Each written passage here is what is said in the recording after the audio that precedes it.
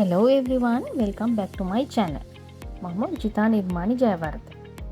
අද මම ඔයගලන්ට කියලා දෙන්නේ බැලරිනා බන් එකක් දාගන්න විදිය.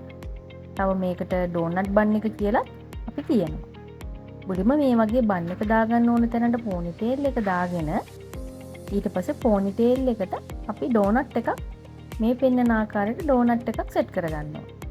ඩෝනට් එක සෙට් කරගෙන ඉවර වෙලා ඩෝනට් එකේ කවර් වෙන්න මේ වගේ කොණ්ඩේ දෙකකට බෙදලා ඊට පස්සේ ඩෝනට් එක කවර් වෙන්න මේ වගේ කොණ්ඩේ හදාගන්නවා. ඊට පස්සේ අපි බෙදාගත්ත කොණ්ඩ කොටස් ඒ ඩෝනට් එකෙන් වහගත්ත කොණ්ඩ කොටස් ටිකට මේ වගේ රබර් බෑන්ඩ් එකක් දාලා අර ඩෝනට් එක ඉස්මතු වෙන ආකාරයට හදාගන්නවා. මේ අතරතුරේදී හේර් ස්ප්‍රේ ටිකක් භාවිතා කරලා තව ටිකක් කොණ්ඩේ නීට් කරගන්න පුළුවන්. දැන් මේ අවස්ථාවේදී කොණ්ඩයක් තියෙන කෙනෙක් නම් මේ අවස්ථාවේ මේ හේර් ස්ටයිල් එක නවත්තන්න පුළුවන්.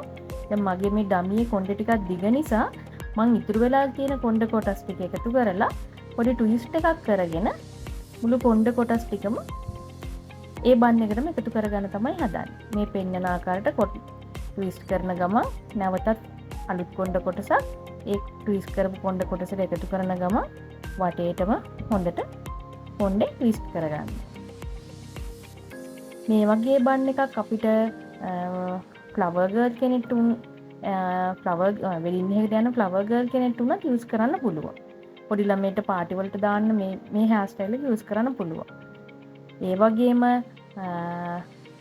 සැලූන් ෆීල්ඩ් එකට එන්න අලුතෙන්ම මගේ යාළුවන්ට මේ වගේ හේර් ස්ටයිල් එකක් ඔයගලගේ කස්ටමර්ස්ලාට උනත් දාන්න පුළුවන්. ඉතාමත් ලේසියෙන් මේ වගේ හේර් ස්ටයිල් එකක් කරගන්න පුළුවන්. මේ ෆීල්ඩ් එකට එන්න බලාපොරොත්තු වෙන යාළුවෙක් නම් මේ වීඩියෝ එක බලන්නේ මගේ channel එක subscribe කරලා තියාගන්න. ඒකේ වීඩියෝස් ගොඩාක් තියෙනවා.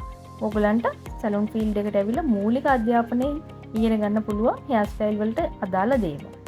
දැන් මේ තමයි හේර් ස්ටයිල් එකේ අවසානය. channel එකට අලුත් කෙනෙක් නම් මගේ channel එක subscribe කරන්න. bell icon එකත් click කරලා තියාගන්න.